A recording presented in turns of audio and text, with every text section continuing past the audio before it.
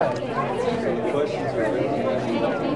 one, I tested them earlier. Oh, I just turned it off. I'm not sure. Okay, there you go. Good afternoon, everybody. We're going to get started in just a few seconds. If everyone can get comfortable and take a seat. Finish up your greeting with friends. Thank you. This is an exciting time for us at LCCC and very exciting for us on the Board of Trustees. I was just telling Dr. Schaffer that we on the Board of Trustees know very, very well that the decision we're about to make on the new president at LCCC is the #1 most important decision that we will make in our tenure as trustee members. We know it's that important. And so it is exciting to us to see all of you in this room, listening to our candidates, asking questions and giving feedback. This is a great gift to us because we want to make sure that we make the right decision for this college, for our students, and for this community. And that is our responsibility. So it's great to see you all here. I want to do a few housekeeping items before we get started. The first person I want to point out in the room is Melissa Martin, the lovely lady over there holding the 3x5 cards. Melissa is going to be our traffic control person for questions this afternoon. So we are going to ask Dr. Schaffer to please give us a few words about himself, tell us a little bit about himself, 5 or 10 minutes of greeting from you. And then we will be taking questions from the audience. I have asked Melissa to please gather 3x5 cards with questions on them. And we ask that for several reasons. First of all, Melissa has a microphone. So she can ask questions that you all have in the microphone so we can all hear them. And also she helps us with traffic control. So she can make sure that we get as many questions in as possible. And so she has agreed to help us out with that. We have also comment sheets for you. They are green, I believe, this afternoon for you to write down your comments concerning Dr. Schaffer and what he has to say for you, or to you and for you this afternoon. So please, please write your comments on those green sheets. That is very, very important to us as trustees. We are going to look at all of the comment sheets from our 3 candidates. We are going to look over your comments very carefully when we are deliberating on the new president at LCCC. We are going to have an executive session on Wednesday, November 9th, where we as trustees will meet together, go through your comments, discuss the candidates among ourselves, and work on the decision for the new president. And then we plan to announce our decision and vote on our decision at our regular board meeting, our regular business meeting on Wednesday, November 16th. So we have some thought-provoking and interesting days ahead of us on the Board of Trustees, and that's why we really need your comments. All right. When you at the end of the session this afternoon, please take your sheets and pass them to Carol Merrill, one of our trustee members. Carol has her hand raised. She will be the one gathering your comments this afternoon. So we all know Melissa, we all know Carol, and now it's time to meet Dr. Schaffer. I would like to present to you our 3rd candidate for president of LCCC, Dr. Joe Schaffer. I get them mic'd up already, so. Thank you. Oh, it is working. Can you hear me okay? Everybody can hear me well enough. Well, thank you for introducing me. And thank you all for the very warm and warm, even though it's snowing outside, right? Welcome to campus. You know, I've just been able to spend the morning here on campus already and feel like it's home to me. Such wonderful people working around campus. The students seem to be engaged and energized. And so it's been a wonderful experience already, and I've only been able to spend just a few hours here on campus. So let me real briefly tell you a little bit about me. I think then we'll move right into what you're here for, and that's to grill me, I think, and ask questions. I'm a Minnesota native, originally from a town called Bemidji in northern Minnesota. It's the home of Paul Bunyan and Babe the Blue Ox. Wonderful, but very, very cold climate. I went through high school there and started college at Bemidji State University. And I can tell you that my start at higher education was very similar to what many of our students experience, probably here at LCCC and in community colleges across the nation. I went to school, and as a second-generation college student, my parents said, "You're going to go to school."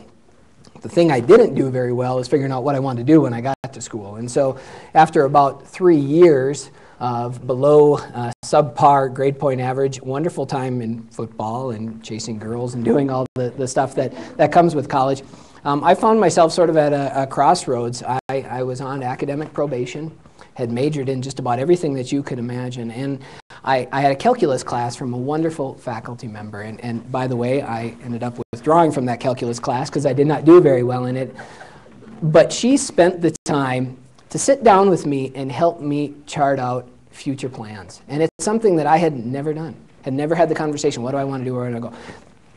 Make a short story long, she helped me find my way to my associate's degree, which opened up a door to transfer to the University of Montana and on towards my 4-year degree. That was a fresh start for me, that associate degree, that time that faculty member spent with me to earn that 2-year credential opened up doors that have really allowed me to grow professionally and personally since then. I moved to Missoula, Montana shortly afterwards and finished my baccalaureate degree. I have a degree in wildland recreation management and a minor in wildlife biology. It was a wonderful experience. I enjoyed the degree. People always said, "What do you love to do?" and go into that. I quickly found that I loved to do that, but there weren't a whole lot of job opportunities after that. But was fortunate to start working for a great organization called the Missoula YMCA. Are you familiar with YMCA? Wonderful, wonderful organizations, and I, to be quite honest, was fortunate to step into a role of a youth development director and be in charge with developing youth programs for the community of Missoula and for the YMCA. And had a wonderful time working with families, with youth, with at-risk youth in the community. I quickly grew through various positions there until I was overseeing a variety of the adult and family and community education programs, and loved the outreach, loved what we were doing for children at risk and youth at risk and family at risk, and really became enamored by that work. About the same time, I also got engaged and really intrigued with the boom. I think of it as the post-dot-com bust boom of internet technologies and communication technologies.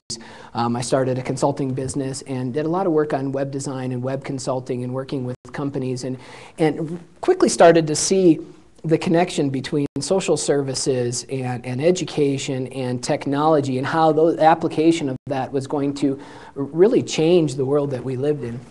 That led me to my first foray into graduate work, which was with Montana Tech in technical communication. I found that I was fortunate enough to have the unique abilities to take very technical topics and technical applications and technical issues and help apply those to lay situations, help communicate those to lay individuals, and really bridge that gap between the two. So while I was working on my master's degree, I was fortunate to get engaged in a variety of higher education activities. I worked for a variety of departments within the university. And that gave me a sense of the power of higher education. And all of these things started connecting for me, being engaged in the community, technology and the changes in the education environment, what higher education was doing and was becoming. So I quickly found myself saying, this is something I think I could dedicate my career to.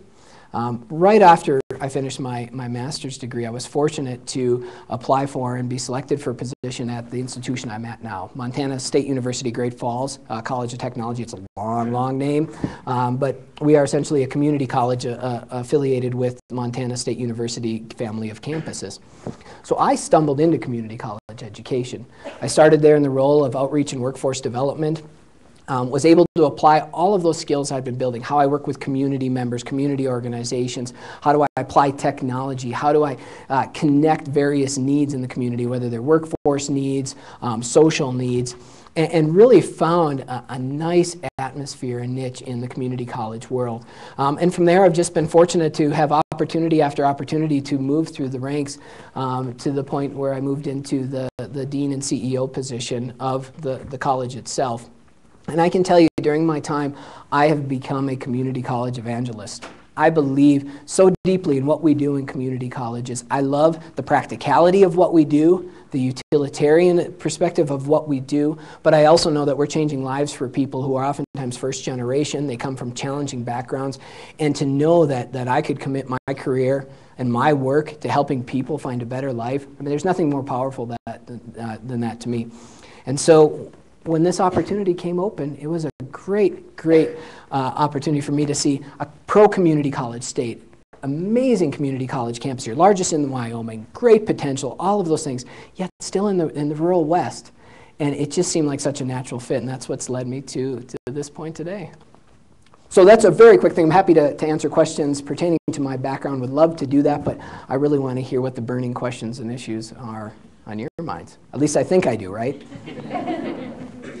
Thank you very much. And just a reminder, this room isn't as conducive for me to run around and grab cards, but if you hold them up, then I'll find a way to scoot through back doors and gather cards or pass them or whatever. So I do have some questions to start with. Another one on its way. Thank you, Misty. But if you do have more questions, feel free to hold them up or pass them as they're coming. That would be wonderful.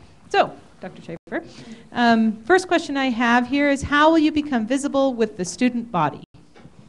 Good question, very good question. The media people in the room are going to hate me because I wander a little bit, and you're supposed to stay anchored, right, in one spot. Is that how it's supposed to work?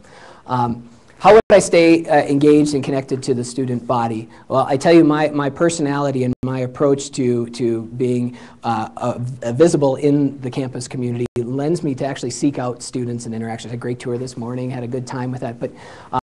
But I look and hope to be invited and able to sit at the tables during student government meetings. I like to meet with student groups over ad hoc issues and would look at identifying what those issues are and actually having time to sit down with students. I look at interacting with students through various social functions and social issues.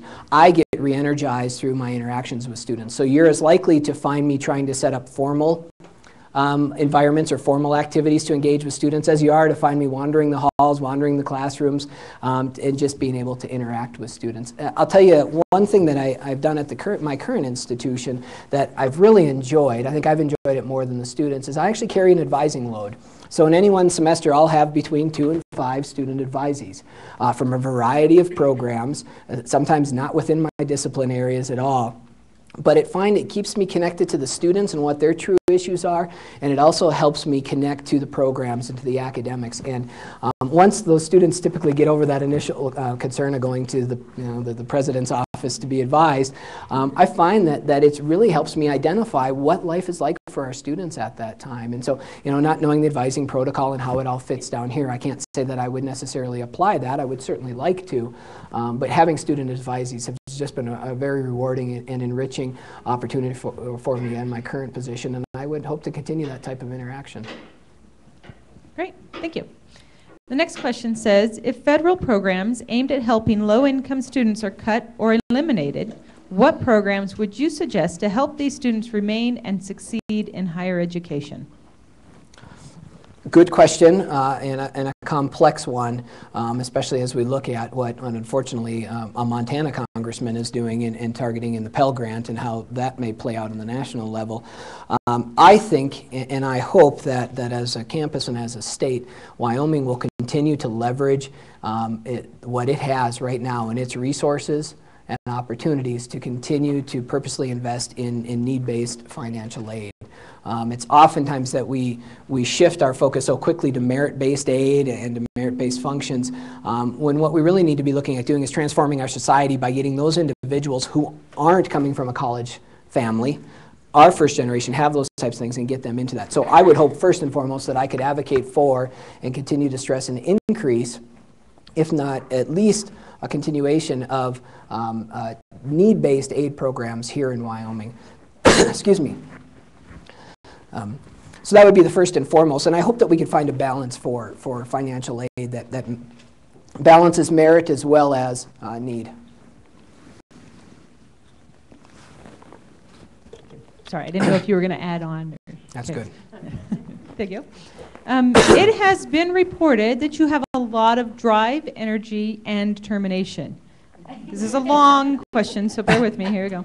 Will you bring those attributes to the college for a fresh outlook? And will you have the moxie to step forward and tell the trustees, foundation, administration, and faculty if you think if things are going wrong? In other words, would you be your own man? I want to hear this. Yes, next question.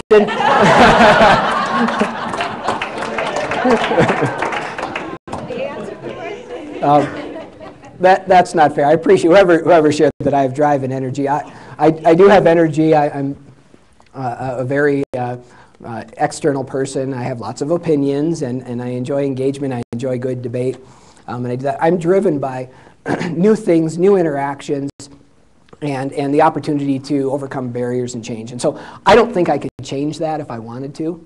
I don't think I would want to. In fact, I know I wouldn't want to. Do I have the moxie? I believe I do, and I'll tell you, I've in the past few years, I've really had to interact over some tough issues with people that I clearly don't see eye to eye with. But I always approach those interactions with civility. I'm open. I'm willing to listen to the other side. But you better believe I'm staunch in my beliefs and what I believe is right for our students, for our campus, what I believe is right and grounded in the evidence and into the data. You bet I'll stand up for that every day. Great, thank you. I think your answer was shorter than the question, but I appreciate it.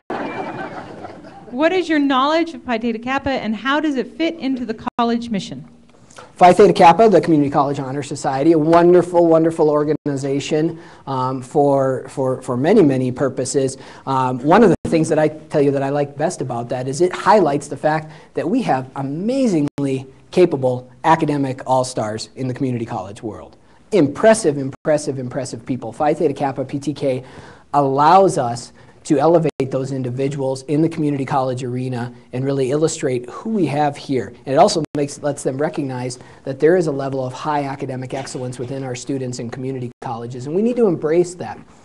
The other thing that I'm very fond of, and we had a conversation this morning just briefly about PTK and the changes that they're going through as a national organization, is they're embracing partnership with other organizations that are really focused on the completion agenda, whether you want to refer to it as Lumina's complete productivity agenda, the president's graduation initiative, if you will, but really focused on the fact that we can provide tools to help our community college students succeed. Primarily it's through the scholarships that PTK students are eligible for, but now through some new tools that they're bringing online to help us in the advising process, the transfer process, I mean those types of things. So I'm a big fan of PTK. I'd love to see that have an active chapter on campus. It sounds like we do here, and I like the direction they're going nationally, and so I'd like to continue to support it. Great, thank you. Next question says, morale and transparency are buzzwords on campus. How do you propose to get everyone, faculty, staff, and administration, to be a part of the solution?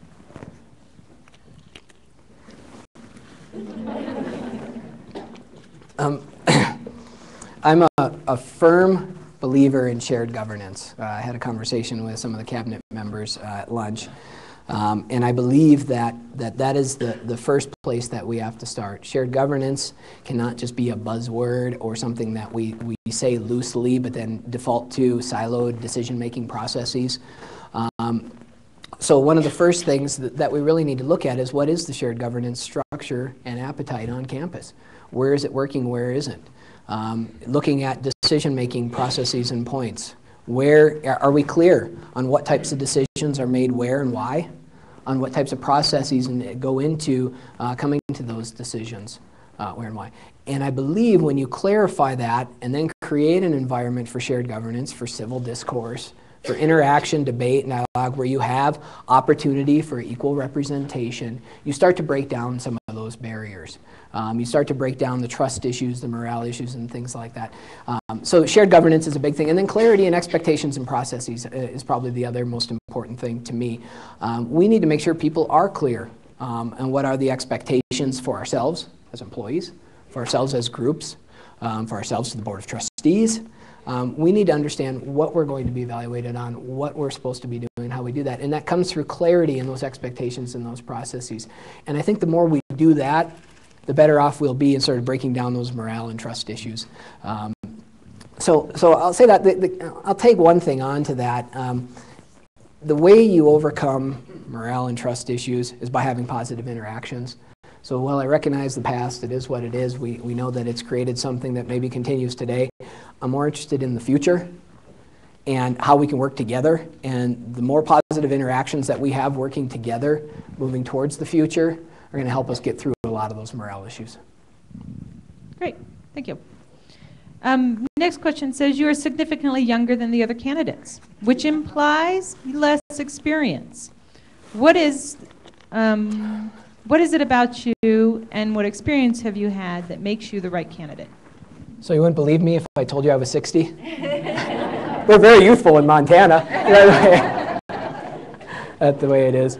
It is true that my longevity or time in higher education may be less than what people are expecting of a position like that. And I recognize that, and certainly with time you learn as you go. A couple of things I might point out. First, we all know the world we live in right now is changing very, very rapidly. And so we have to learn and be quick to adapt and quick to learn on a daily basis. And so what I would posit, the things we have to be able to function with, work with, adapt to, are going to be very, very different. And while past experience may have some relevancy in our ability to adapt to that, I look more at how we can learn, how we can adapt, and how we can move forward. So let me point to some of the experiences that I've had. One of the things I've been very fortunate to have stumbled into, stepped into, if you will, is opportunity. And that opportunity has almost always happened as a result of change or challenge with that. And I've been able to interact and engage the right people, create the right environment, and continue to adapt to that and produce results and to succeed. And so while the time it's taken me to do some of those things may be shorter than what other folks may be, I just like to stress and hope you recognize that I've still been able to do that. I've still been able to produce those results, still been able to get where we need to go. And so I'm much more focused on the end outcome than on how long it took somebody to get there. And so I hope that my record and my performance would illustrate that and give some assurance to the campus that age, regardless, I have the tools that it takes to help this campus move into the future. Great, thank you. What is your knowledge of personal experience and knowledge of service learning, and how would you help LCCC improve its current program? Good question. I know just a little bit now about service learning. I like the fact that it is very integrated into the student's life and the student's academic work here at the campus.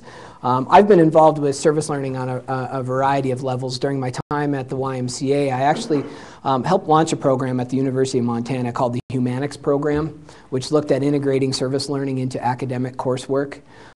We also had a variety of federal grants that integrated service learning through our youth and teen programs into after-school programs, into community redevelopment and community programs with that. So I understand the various aspects of that. I also recognize, as we find at our current institution, that at times service learning can be a challenge for a community college student body, especially when we look at working adult students and how they do that. So I'm a fan of looking at intercurricular service learning projects. I'm certainly a fan of extracurricular and intracurricular service learning projects, but I would say that you have a good start. I would need to learn more about how those are being connected to the academic courses, but as well as any types of student clubs, interactivities that you have in terms of creating a student life program here as well. So I would support it. I'd have to learn more about it, but I would certainly want to find ways that we could grow. And my guess is that our students and some of our faculty and staff probably have some good ideas how to do that right now. Thank you. How will you relate to a controlling board of trustees?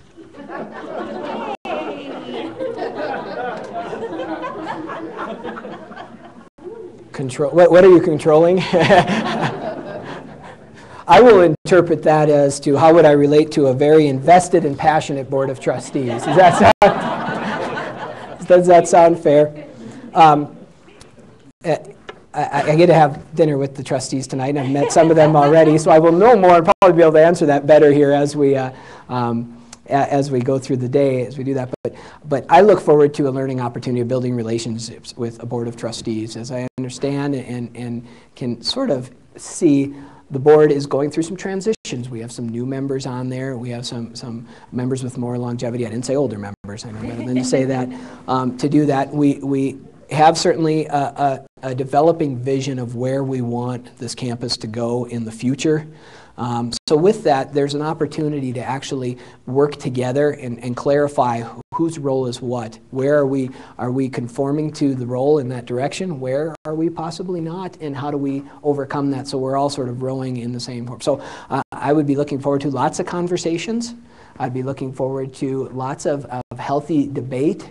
And really hoping that we could clarify those types of visions, those types of issues, and try to overcome them one at a time and move past any issues of controlling. There you go. Hey, you moved on me. I did. What two specific goals do you have here for LCCC?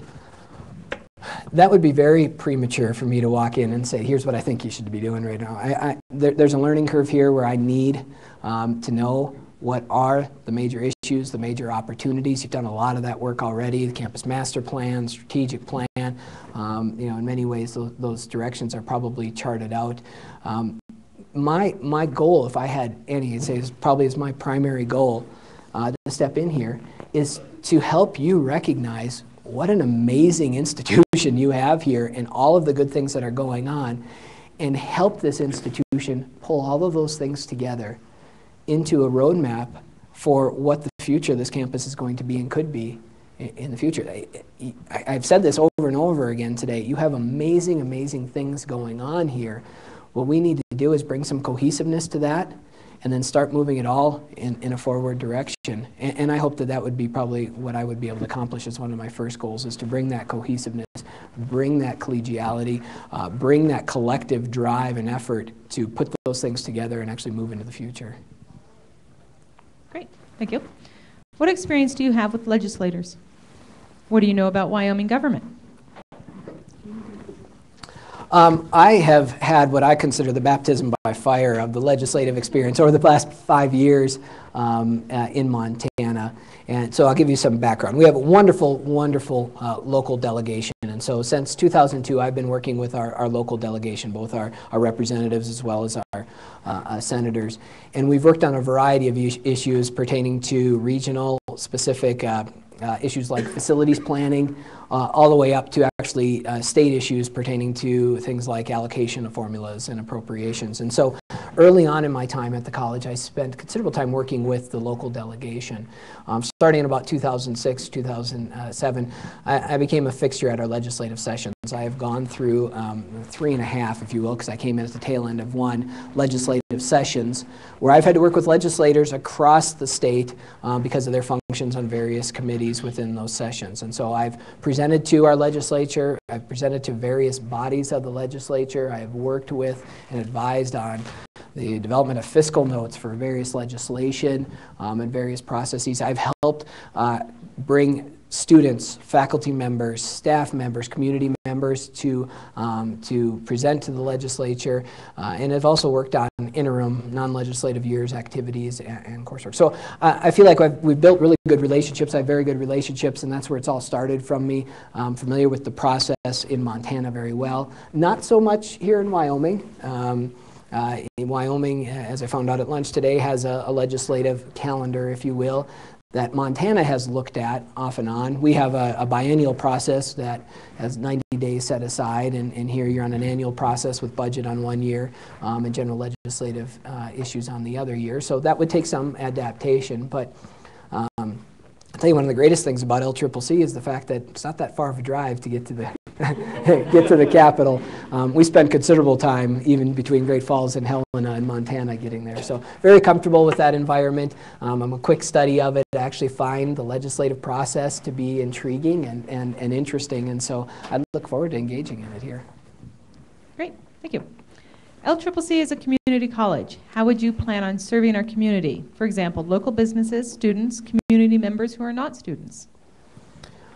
Well, LCCC is a community college, and as a community college, we're here to support the needs and respond to the needs of the community. And those needs can be very diverse. They can be short-term workforce-related needs to help a company expand, help them establish themselves, to grow up. They could even be red flag type issues for workforce. One of the things I find so refreshing about LCCC is the identification and response to the cultural enrichment needs of the community as well. So I would look to be active in that. Personally, as a president of this campus, that would mean I'd have to be in the community. I would look for access to, if not seats on, key community boards, key community groups, business-related, social-related, service-related types of groups, so that I made sure I had my finger on the pulse of what those needs are. I would certainly encourage and look to create opportunities for continuous environmental scanning of our community needs. I look forward to both formal and informal feedback loops to understand what the community needs are. And then I want to help meet the board's expectations, the campus's aspirations to align to those needs and try to be responsive and nimble as possible. So constant dialogue with the community, constant engagement in the community, trying to understand, and then constant assessment of what we're doing and how it's already meeting the community needs, or maybe it isn't. Okay. Thank you. Define your leadership style. Are you authoritative? Are you collaborative? Or I thought I said no heckling, Misty. I appreciate that. I would say I'm a participative leader. And in fact, I seek and really seem to thrive in an environment where we collaboratively attack issues and attack challenges and opportunities and move towards that. I am not an autocratic leader or authoritarian. I told the folks at lunch today, you will very, very, very, very rarely hear me say, do this because I said so. And in fact, I can't even give you an example of when I've said that. I just don't believe in that. There are times of crises and needs where you have to hope that people trust you and your abilities and your skills and say, this is what we have to do that. But I believe in leading by being involved, by helping create a shared vision of what we need to do, by making sure people understand why we're going to do that. What that vision is for and why we're going to do that, and then connecting everybody so they can identify their role in helping us achieve that vision. So I feel more that my leadership responsibility is creating an environment where we can succeed in accomplishing a collective vision than saying this is what we're doing, you just need to get in line and come along. Okay, thank you. At your present institution, do you interact with the foundation? Can you speak to the role of a foundation at LCCC and with the community of Cheyenne? Foundation philanthropy at MSU Great Falls is something that we've been focusing on and really been growing for the last few years. We, as to date, do not have a foundation. In fact, we're about 3 months away from actually creating a board-established operating agreement with the Montana State University Foundation. So they are a foundation that works predominantly with Montana State University. We will be their second institution that they will become our foundation. It's a tight-knit family. It's a very sort of complex solution to fundraising, but it's one that we feel will work for us. Before that, for the past 3 years, though, we've been working very hard at pulling together and building a development board.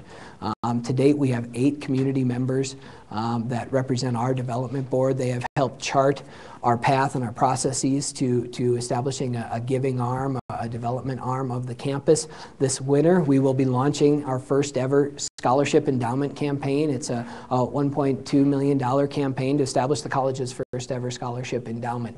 To me, hands down, the area where generosity and donor giving can have the biggest impact is putting that money in the students' hands. It's through scholarship. And that's where we're taking the direction on our campus for philanthropy. And so we put a lot of time and effort. I'll tell you how committed I am to that. When I became the CEO, our development officer actually reported below an executive on the dean's cabinet.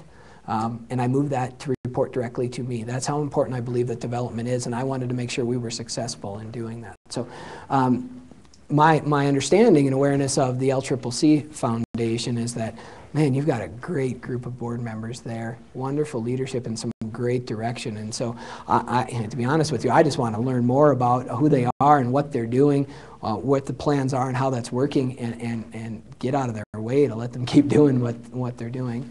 No, is Sabrina in here? I hear that we're losing the executive, which will be unfortunate. I hope I didn't let the cat out of the bag with that. I think that's public, so okay to do that. So I would look at that position as being very crucial to filling that, because we're coming into times where the uncertainty of where public funding is for higher education, Wyoming's somewhat sheltered with that, I recognize that. But if we see massive changes in the Pell Grant structure, if you will, what that means to our students, so we need to make sure that our development arm is strong, and I'm looking forward to that. You had a wonderful foundation as it appears right now. Great, thank you. What interesting activities have you been involved with not related to your career that would help us to get to know you better? Interesting activities, I like that. Well, for any of you that will get to know me or know me now, I'll tell you I am an outdoors nut. Fall is probably my favorite time of the year, and it is very purposeful that I look towards the Rocky Mountain West as a place to live, because I spend a considerable amount of time hunting and fishing and enjoying the outdoors. My wife says I'm obsessed with it, and possibly I am, but I tell you, in terms of recharging and actually getting out of some of the stresses of what we do in community college education, walking across the prairie or in the mountains and out there is just a wonderful, wonderful relief. So strong advocate for the outdoors, love to be out there, and I would say that's probably the first thing that I do and really consumes my time.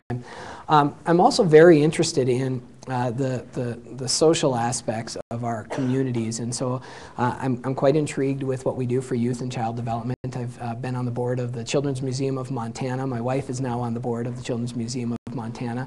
So we try to keep engaged with what we're doing for our youngsters in the community, and find that's somewhat energizing. It just so happens that we have a 19-month-old and a 5-year-old, and so I spend a considerable amount of my time doing a lot of kids' activities, whether it's soccer or swimming lessons. And I was telling some of the folks today that we have my 5-year-old in kids Zumba. You know what Zumba is? The dancing thing where they're out there. I wouldn't do it, but so I spend a lot of time with my family and with my 2 daughters, and find that every waking moment we have, they could consume that. And so I'm a family-oriented person. We bought a camper last year and got out camping. Camping with the toddlers, it's sort of an interesting experience. You run around like this and hope they don't fall into the creek or the lake.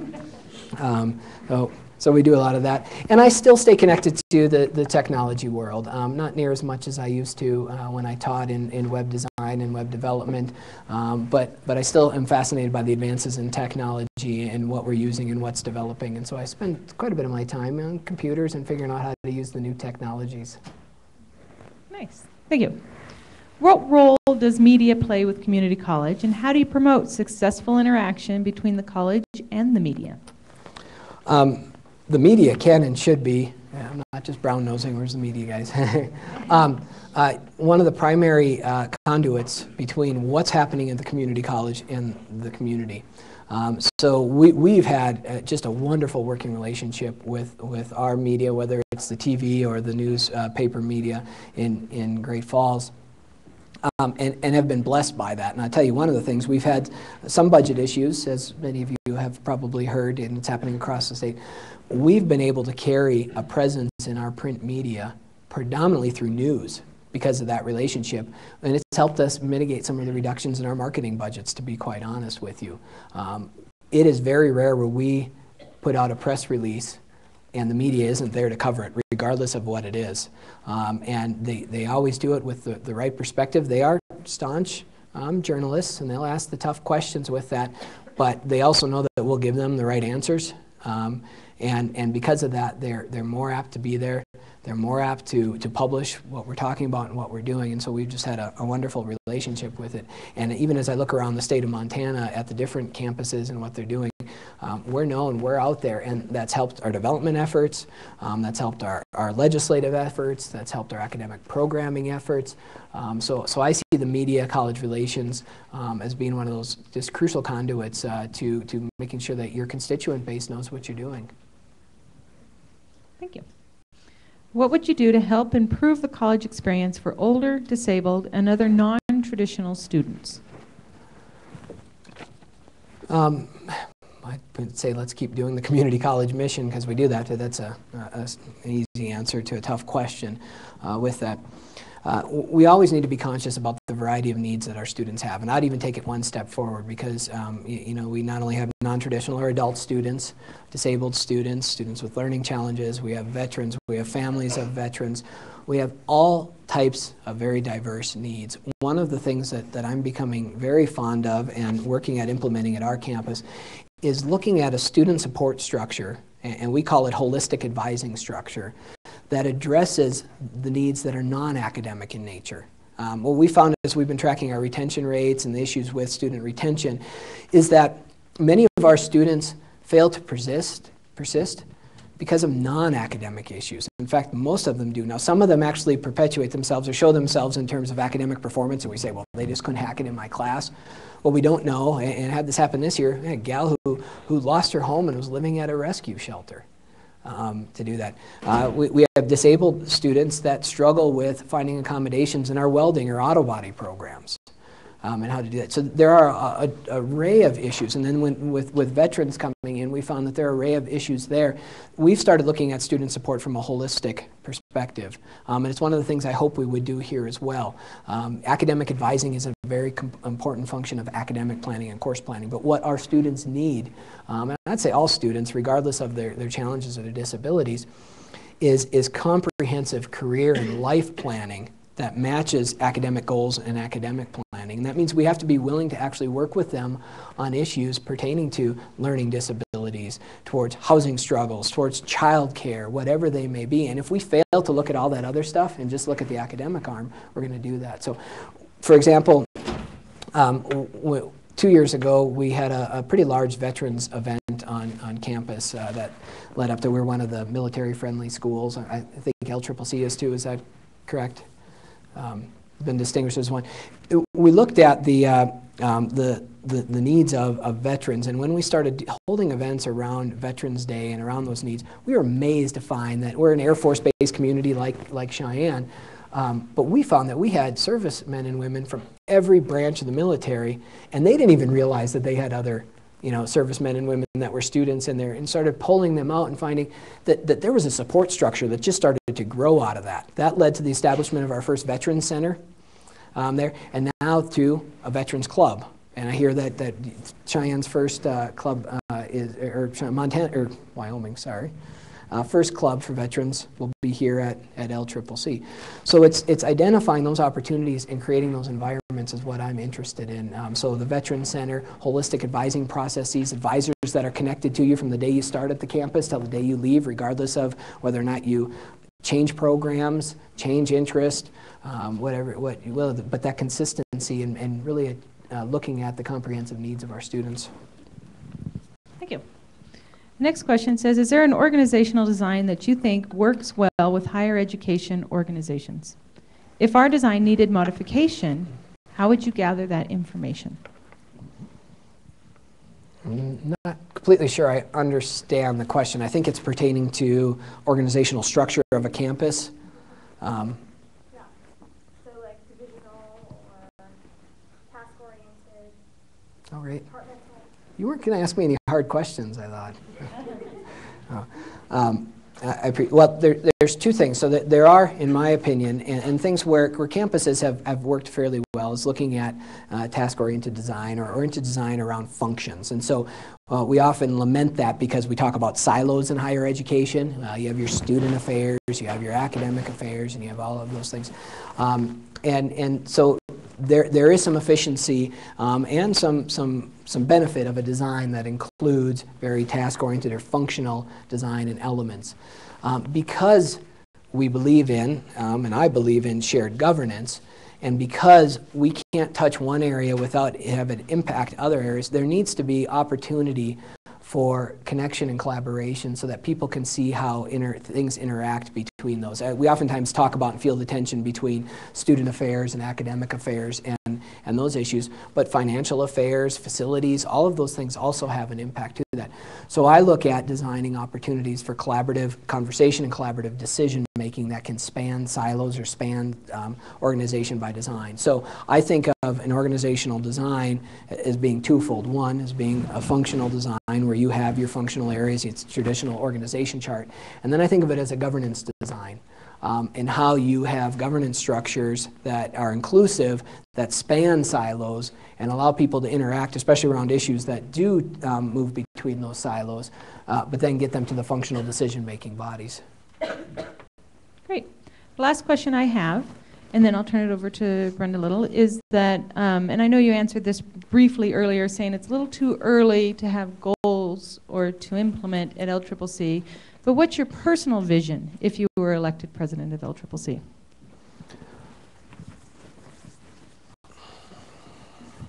Well, I guess I would say sort of what I referred to earlier. My personal vision is that I would be able to somehow bring all of the good things that are happening here and really start to elevate them so that everybody's aware of that, and then also see that they can capitalize on each other to move forward.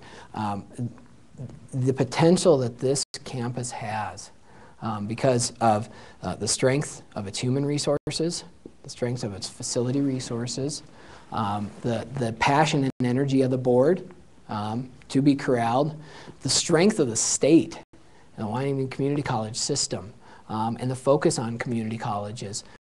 All of those things are the makings